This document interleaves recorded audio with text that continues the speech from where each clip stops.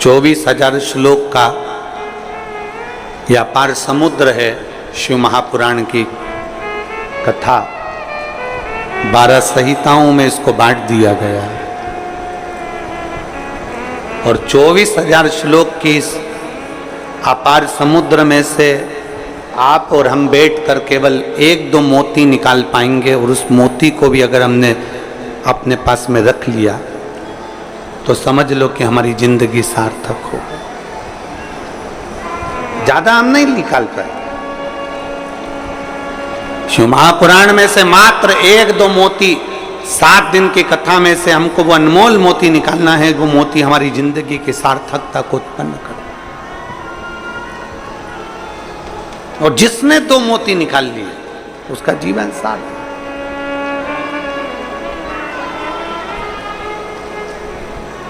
हमें ध्यान देना है कि हमारा मन, हमारा चित्त भगवान की ओर स्थिर हुआ कि नहीं। गेहूं पिसवाते हो? अरे बोलो तो जम के तो बोलो। पिसवाते हो?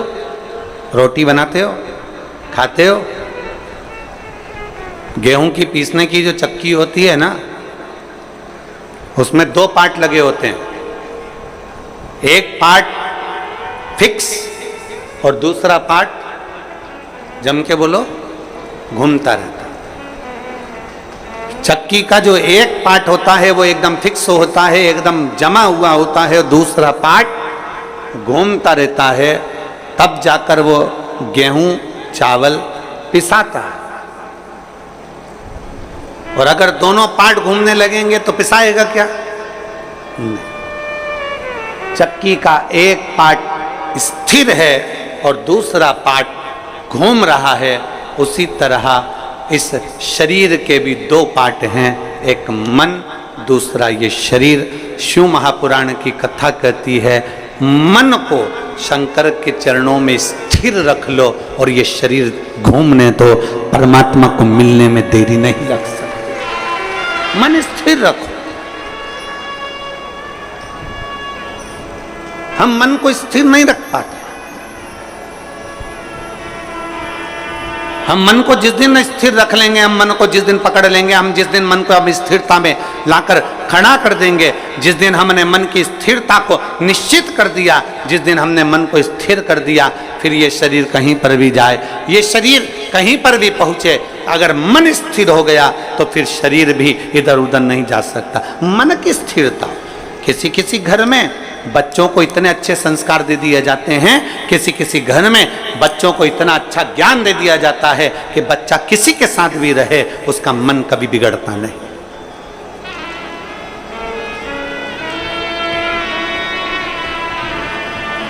वो बच्चा कभी नहीं बिगड़ता।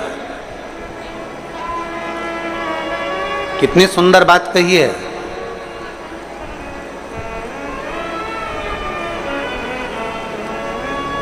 कैकेयी मंथरा अयोध्या में रहने के बाद भी नहीं सुधरे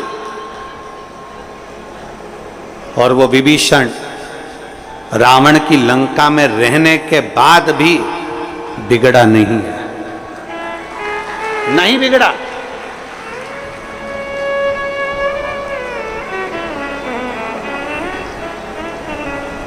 वो लंकापति रावण की लंका में रहने वाला वो विभीषण भगवान की विरल भक्ति में डूबा रहा और उस मंथरा को इतना समझाया गया, मंथरा को इतना इतना कहा गया, कैकेयी को इतना समझाया गया, माता कैकेयी से इतना इतना कहा गया, पर वो सुधरने को तैयार नहीं, वो संवरने को तैयार। अपने मन को स्थिर बनाओ।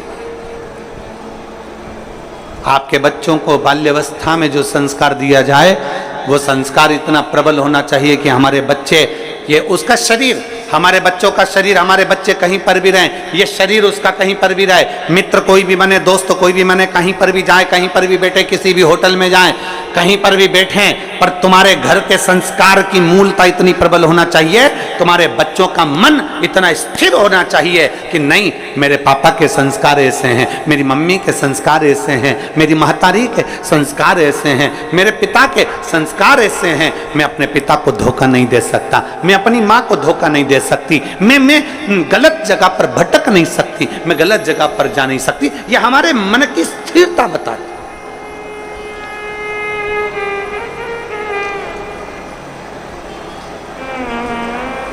आज का जो माहौल चल रहा है ना,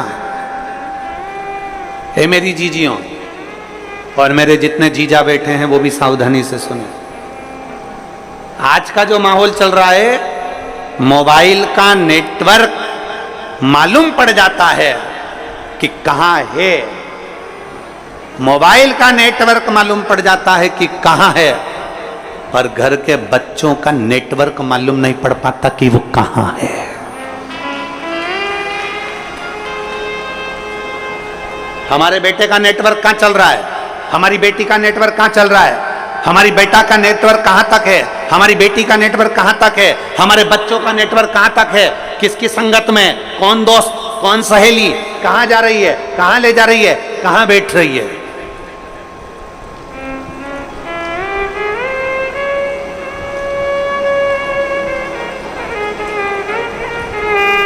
नेटवर्क कहां है। गुरु नानक देव जी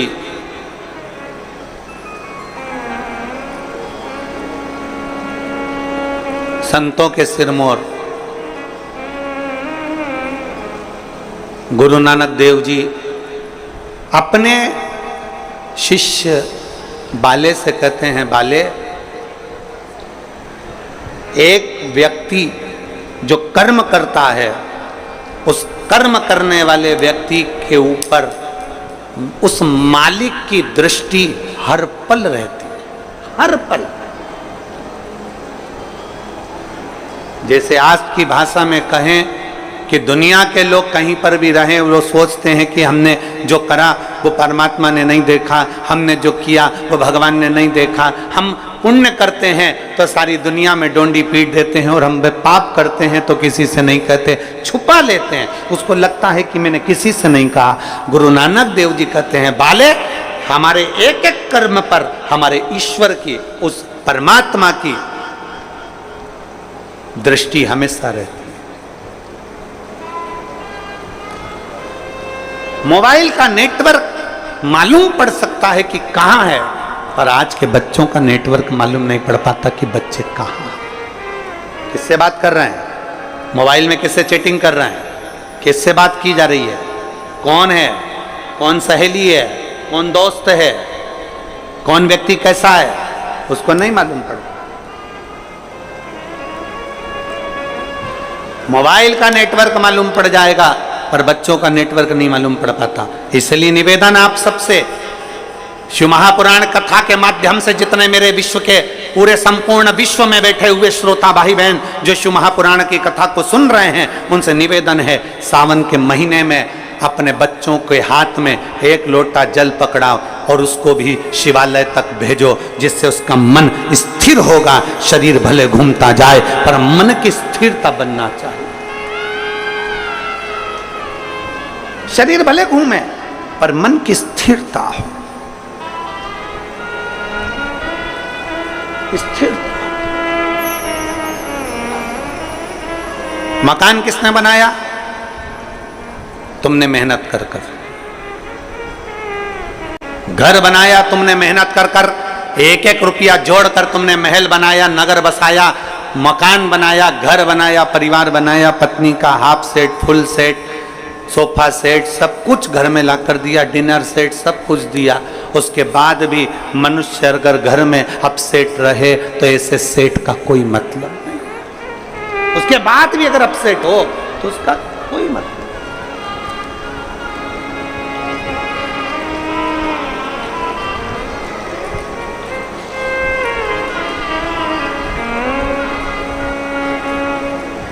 शादी में अभी हम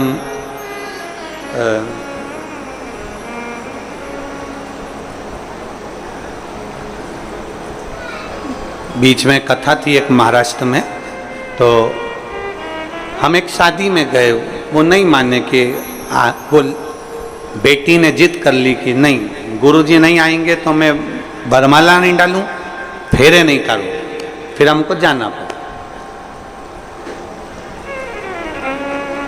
अब वो बेटी ऐसा हाथ करी, हमने उसके हाथ में श्रीफल वगैरह दिया, तो उसके हाथ में नाम लिखा हुआ था। तो हमने बेटी से पूछा, क्यों रही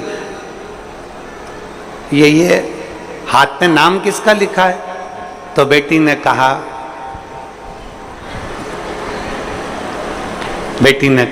इनका। मैंने पूछा, बेटा ये नाम किसका लिखा है? तो के मेरे पति का। अच्छा।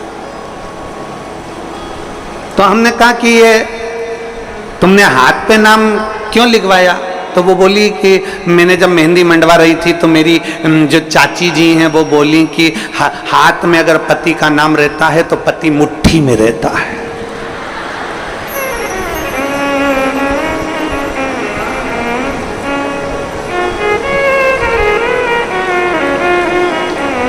तो फिर हमने कहा, बेटा फिर तो पति की जगह सास का लिखाना था, फिर पति का क्यों? अगर हाथ पे नाम लिखने से पति मुट्ठी में आ जाए तो सास का नाम लिखाती कि सास मेरी मुट्ठी में हो जाए। देख, हमने उस बेटी से कहा, देख संसार में किसी को मुट्ठी में करने का प्रयास मत करो, प्रयास करो कि मेरे हाथ से सब छूटे रहें और मेरा महादेव मेरे हाथ में पकड़ा रहे, बस इससे ज्यादा कुछ। मेरा देव अधिदेव महादेव मेरे हाथ से पकड़ा,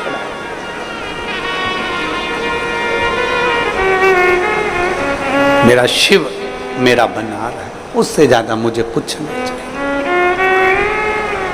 हम संसार के लोगों को अपना बनाने का प्रयास कर रहे हैं, हम संसार के लोगों को अपना बनाने का प्रयास कर रहे हैं, हम संसार के लोगों को अपना जोड़ने का प्रयास कर रहे हैं, हम संसार के लोगों को ये विचार करते हैं ये परिवार, नाते, रिश्ते, कुटुंब, कबीले सब मेरे बनते चले जाएं। शिव पुराण कहती है हम जितना जितना संसार के लोगों को अपना बनाने का प्रयास करेंगे ये हमसे दूर हटते चले जाते हैं। इसलिए प्रयास ये करो कि हमारा शिव, हमारा शंकर, हमारा ओघड़दानी, मेरा देव अधिदेव महादेव, मेरा शंभु, मेरा त्रिकालदर्शी, मेरा शिव हमारा बन जाए, बाकी की दुनिया भले जाए तो जाए। और शंभु शरणे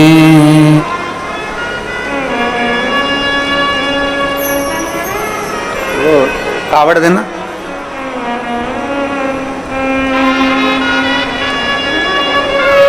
कावड़ देखी आप लोगों ने? ये कावड़, इसमें दो तो पानी के कलश रहते हैं, दो पानी के लोटे रहते हैं, भक्ति की डोरी बंधी होती है, और एक बांबू एक बांस लगा रहता है। इसमें मूलतः डंडे का प्रयोग में बांस का प्रयोग किया जाता है। इसमें मूलतः इस कावड़ में डंडे के प्रयोग की जगह बांस का, बांबू का। इधर छत्तीसगढ़ में क्या बोलते हैं? बांस बोलते हो, बांबू बोलते हो? बांस। महाराष्ट्र में बांबू बोलते हैं इसको, बांबू मूलतः प्रयोग होता। अब जब हम इस कावड़ में अगर देखें तो सबसे मुख्य अगर कुछ होता है कावड़ ले जाने में तो वो बांबू होता है, बांस होता है। और बांबू का जो पेड़ होता है, बांस जो होता है उसमें थोड़ी दूर तक अच्छा रहता है, फिर गठान आ जाती है, फिर थोड़ी दूर तक अच्छा रहता है, फिर गांठ आती है, फिर थोड़ी दूर तक अच्छा रहता है, फिर गांठ आती है। बोलो देखा कि नहीं देखा आप लोगों ने?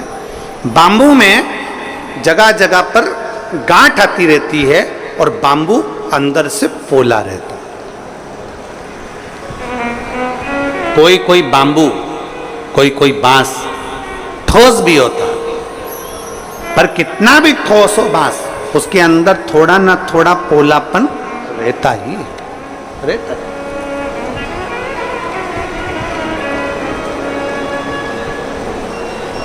शादी में, विवाह में, जन्म में, मरण में, मृत्यु के समय पर भी बांबू का, बांस का प्रयोग किया जाता है आखिरी तक। और कांवड़ चढ़ाने के लिए भी जिस बांस को पकड़ा जाता है, जिस बांबू को पकड़ा जाता है, जिसमें 2 कलश बंधे होते हैं, उसको हम पूरे समय अपने हाथ में, कंधे पर, दोनों कंधे पर किसी भी तरह से उसको लेकर सावन के महीने में शंकर जी के पास जाते हैं। उसका कारण क्या है? क्यों, किस लिए?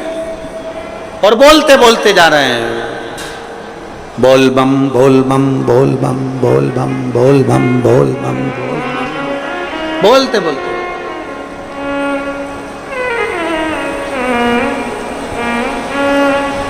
एक श्रीमद् भागवत कथा सुनी आप लोगों ने? जम के बोलो जरा, जम के। सबने सुनी है भागवत जी? भागवत जी में एक प्रसंग आता है कि धुंधकारी बांबू के अंदर, बांस के अंदर जाकर बैठ जाता है। 7 दिन की कथा होती है। 7 दिन में धुंधकारी फिर वो बांस के 7 गांठों में से बाहर निकल जाता है और उसकी मुक्ति हो जाती है, उसका मोक्ष हो जाता है।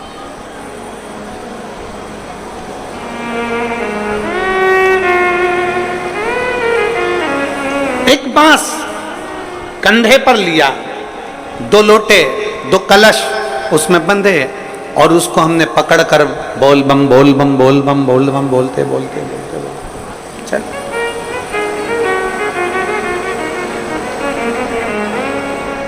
आखिरी में हम जो बांबू पकड़े हैं, जो बांस पकड़े हैं, वो बांस की महत्वता सावन के महीने में क्यों हो जाती है? क्यों कावड़ बांबू पर ही बांध कर ली जाती है? उसका कारण क्या है? उसका केवल एक कारण है, हे देवाधिदेव महादेव, इस बांबू में गांठें हैं। और सरलता में जाइए, देखो, बहुत बहुत सरलता में जाइएगा। हमारे भारत की भूमि के जो जगत गुरु शंकराचार्य जी हैं, वो भी अपने हाथ में दंड रखते हैं, वो भी बांबू, वो भी बांबू, वो भी बांस।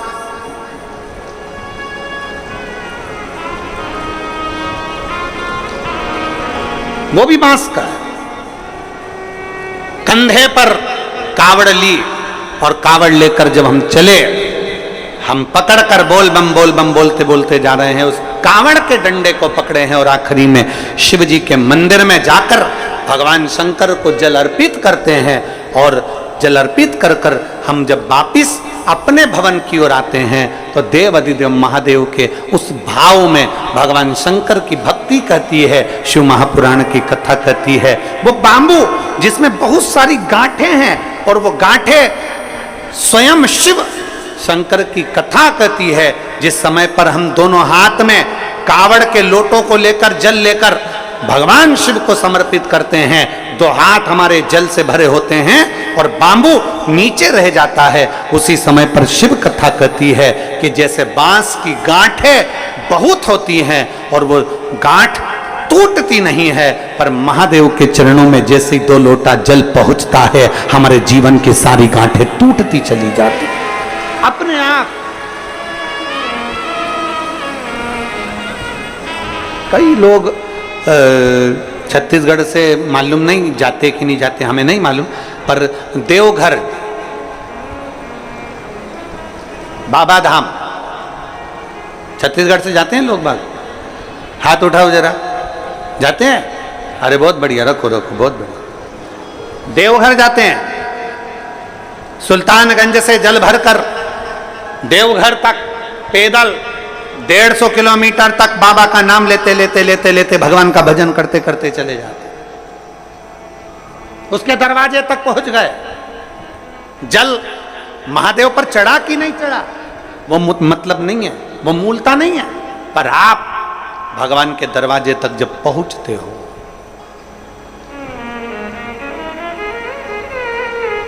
आप भगवान के द्वार तक जब पहुंचते हो तो भगवान उसको स्वीकार करते हैं।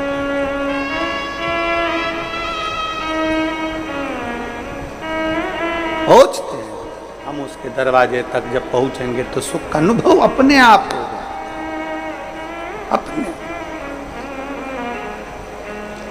शिव कथा कहती है, कावड़ लेकर जब हम भगवान देवाधिदेव महादेव की ओर बढ़ते हैं, कावड़ लेकर,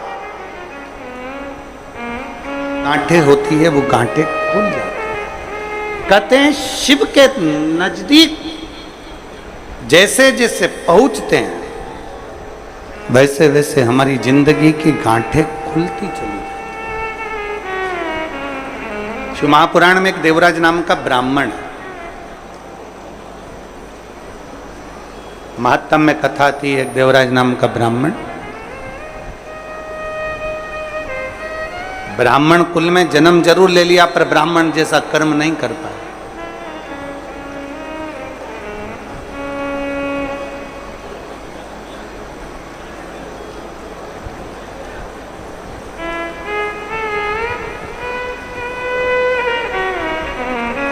एक व्यसन, एक वासना, एक निंदा। ब्राह्मण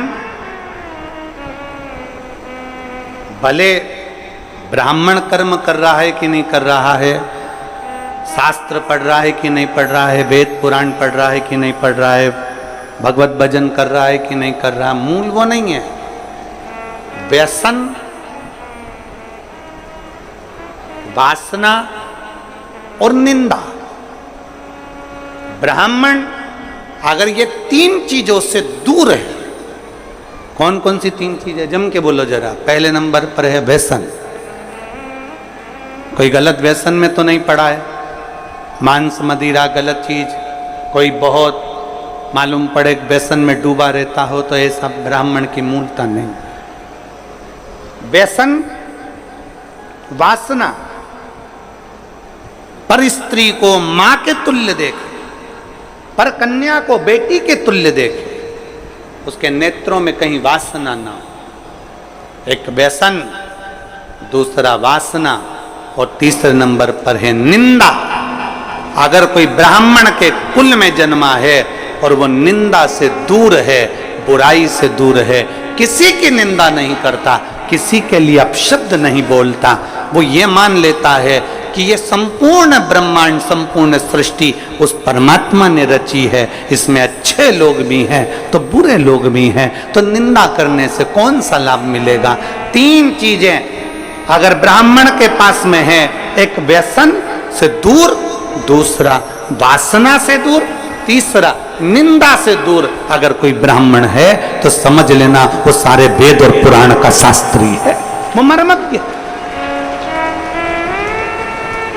उसने भले वेद पढ़े कि नहीं पढ़े, शास्त्र पढ़े कि नहीं पढ़े, पुराण पढ़े कि नहीं पढ़े, मालूम नहीं। उसने कभी पूजन करी कि नहीं, पता नहीं। उसने कभी मंत्र जाप किया कि नहीं, पता नहीं। उसने कभी संध्या करी कि नहीं, पता नहीं। पर जिस ब्राह्मण, जो ब्राह्मण व्यसन से, वासना से और निंदा से दूर रहता है, समझ लेना वो ब्राह्मण वेद और पढ़े हुए, शास्त्र पढ़े हुए ब्राह्मण के तुल्य होता है।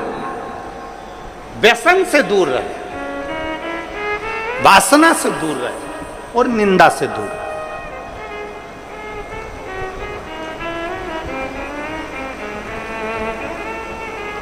व्यसन, वासना और निंदा से जो दूरी बना लेता है, समझ लो वो श्रेष्ठ है, वो श्रेष्ठ।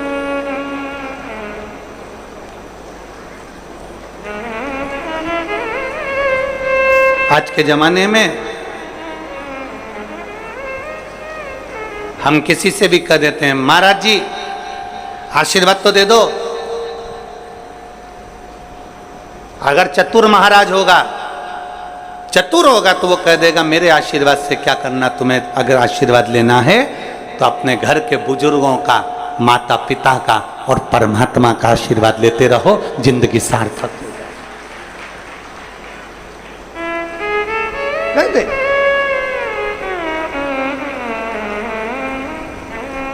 व्यसन में डूबा हुआ कितना बड़ा भी विद्वान क्यों ना हो, कितना बड़ा भी वेद पाठी क्यों ना हो, कितना बड़ा भी शास्त्रों का मर्मज्ञ जानने वाला क्यों ना हो, अगर व्यसन में डूबा है तो वो श्रेष्ठ नहीं। कितना बड़ा भी मर्मज्ञवान हो, कितना बड़ा भी वेद पाठी हो, कितना बड़ी विद्वत्ता हो, अगर वो वासना में डूबा है तो वो श्रेष्ठ नहीं। लंकाधिपति रावण के पास में इतनी विद्वत्ता थी, इतना विद्वान था, इतना ज्ञानी था, इतना ज्ञानी था, इतनी विद्वत्ता लंकाधिपति रावण के पास में थी कि सारे मंत्र, सारी साधना, सारे तप, सब कुछ लंकाधिपति रावण जानता था। पर व्यसन में भी रावण डूबा रहा, वासना में भी रावण डूबा रहा, और निंदा में भी रावण डूबा रहा। इसलिए कोई दिया जलाने वाला नहीं बचा, समाप्त हो गया संपूर्ण। आप भले वेद ना पढ़िए, आप भले शास्त्र ना पढ़िए, आप बड़े मर्मज्ञ मत बनिए, आप बड़े विद्वान मत बनिए, पर ब्राह्मण के 3 लक्षण अगर आपके अंतर्गत हैं, आप व्यसन से दूर हो, आप वासना से दूर हो, आप निंदा से दूर हो, किसी की निंदा आपके मुख पर नहीं आती, किसी की बुराई आपके मुख पर नहीं आती, समझ लेना कि कहीं ना कहीं आप शंकर का एक रूप धरकर पृथ्वी पर आए हो, कहीं ना कहीं राम का एक रूप रखकर आप मृत्यु लोक में आए हो, कहीं मेरे कृष्ण ने आप पर कृपा करी तो कहीं अपने अंश को भूमि पर भेज दिया। अगर इन 3 चीजों से आप दूर हो,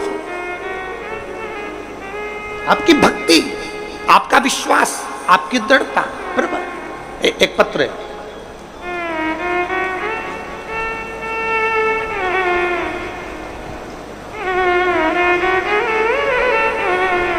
योगिता साहू, चंद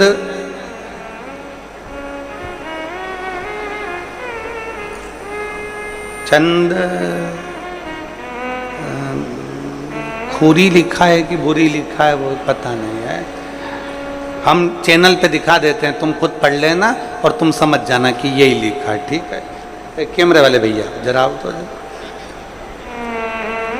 जरा इनको बताओ क्या लिखा हुआ है। मैं योगिता साहू, चंद, अब तुम पढ़ लेना फिर दुर्ग, ठीक है। खुरी, हाँ चंद खुरी, हाँ ठीक है, समझ गए। हर हर महादेव। मैं योगिता साहू, चंद खुरी, दुर्ग से। कहीं बैठी हो तो हाथ हिला सकती हैं। योगिता साहू कहीं बैठी हैं चंदखुरी से तो हाथ हिला सकती हैं। मैं बाबा का क्या वर्णन करूं गुरुदेव। कहीं बैठी हो और अगर बच्चे को लाई हो, इधर बैठी हैं क्या, बच्चे को लाई हो तो लेकर आ सकती हैं, ले आओ। मैं भोले बाबा का क्या वर्णन करूं गुरुदेव।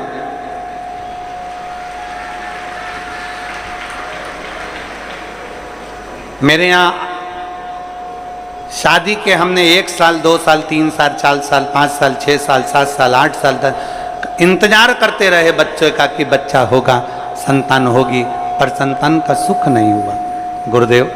कई वर्ष निकल गए और संतान का सुख प्राप्त नहीं हुआ। तब हमारे किसी रिश्तेदार ने कहा कि पंडाल में बैठकर शिव महापुराण की कथा अगर सुनी जाती है और जो मांगा जाता है वो प्राप्त होता है। हमने विचार करा अब हमें कहाँ शिव महापुराण की कथा सुनने को मिलेगी। वो सीहोर वाला बाबा तो इतनी दूर दूर कथा करने जाता है, हमारे क्षेत्र में कहाँ कथा करने आए। तभी हमें सूचना मिली कि भिलाई में कथा होने वाली थी। उस समय पर हम भिलाई की कथा को सुने। लॉकडाउन का समय हमने भिलाई की कथा को सुना। पंडाल में बैठकर बाबा से विनती करी और बाबा ने ऐसी कृपा करी गुरुदेव कि बाबा की कृपा से 8 साल के बाद मेरे घर में बाबा ने संतान का सुख दिया है। मैं बाबा को यहाँ प्रणाम करने के लिए 8 वर्ष के बाद मुझे मेरे बाबा ने संतान दी। गुरुदेव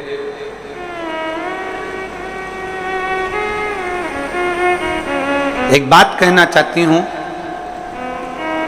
जब संतान नहीं होती है ना तो लोग एक स्त्री को, एक नारी को दोष देते हैं। पर मेरे भोले बाबा से विनती है, आप जो अपनी भाषा में कहते हो वो एक बार इस व्यासपीठ से जरूर कहना। हम जो भोले बाबा से कहते हैं आपको मालूम होगा, एक ही चीज कहते हैं कि मेरे बाबा किसी स्त्री की गोद खाली मत रखना, और किसी पुरुष की जेब खाली मत रखना। स्त्री की गोद खाली रहती है। लॉकडाउन के समय पर हमने कथा सुनी और बाबा से इस पंडाल में बैठकर बाबा से भिलाई की कथा में मांगा था कि हमारे घर औलाद हो जाए, और बाबा ने 8 साल के बाद हमें कथा में बाबा ने संतान दी। स्त्री की गोद खाली रहती है तो लोग ताना देते रहते हैं, अपशब्द कहते रहते हैं, ना जाने क्या क्या बोलते रहते हैं। और पुरुष की जब जेब खाली रहती है तो दुनिया के लोग गिनते नहीं है, ठोकर मार देते, ठोकर मार देते। दोनों चीजों में ताने मिलते हैं साहब, दोनों चीजों में। एक पत्र और है, दीप्ति साहू, कोडिया दुर्ग। दीप्ति साहू कहीं बैठी हैं कोडिया दुर्ग से, आप ही हैं? बच्चा आया है क्या साथ में? ले आओ, इसको भी ले आओ। गुरुजी, हमारी शादी को कई वर्ष बीत गए थे, संतान के लिए तरस रहे थे। तब हमारे पास वाली आंटी ने हमसे कहा कि तू सफेद आंकड़े की जड़ का प्रयोग कर और शंकर जी के मंदिर में 1 लोटा जल चढ़ाना प्रारंभ कर। हमने शिव जी के मंदिर में 1 लोटा जल चढ़ाना प्रारंभ करा, सफेद आंकड़े की जड़ का प्रयोग करा। प्रयोग करने के बाद संतान नहीं हुई, फिर दूसरी बार हमने सफेद आंकड़े की जड़ का प्रयोग करा, और बाबा की कृपा से हमारे घर में कई वर्षों के बाद किलकारियां खेली और संतान का सुख प्राप्त हुआ। लिया बच्चे को, लिया।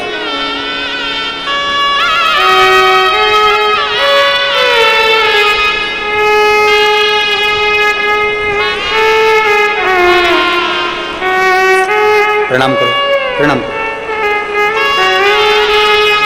शंभू, शंभू,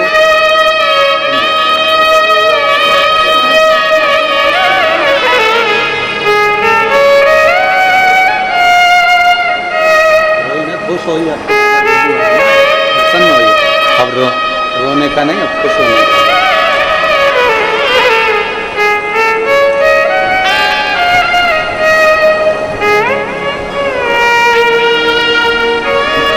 और खाली ना जाता कोई दर से तुम्हारे, खाली ना जाता कोई दर से तुम्हारे, मैं भी खड़ी हूँ नन्ही बाहें पसारे, अपने हृदय से लगा लो, लगा लो, गिरा जा रहा हूँ, उठा लो, उठा लो।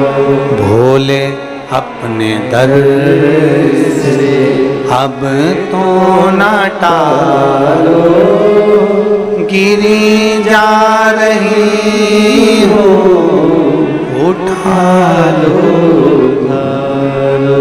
एक विश्वास, एक भरोसा, एक दृढ़ता हमारे भीतर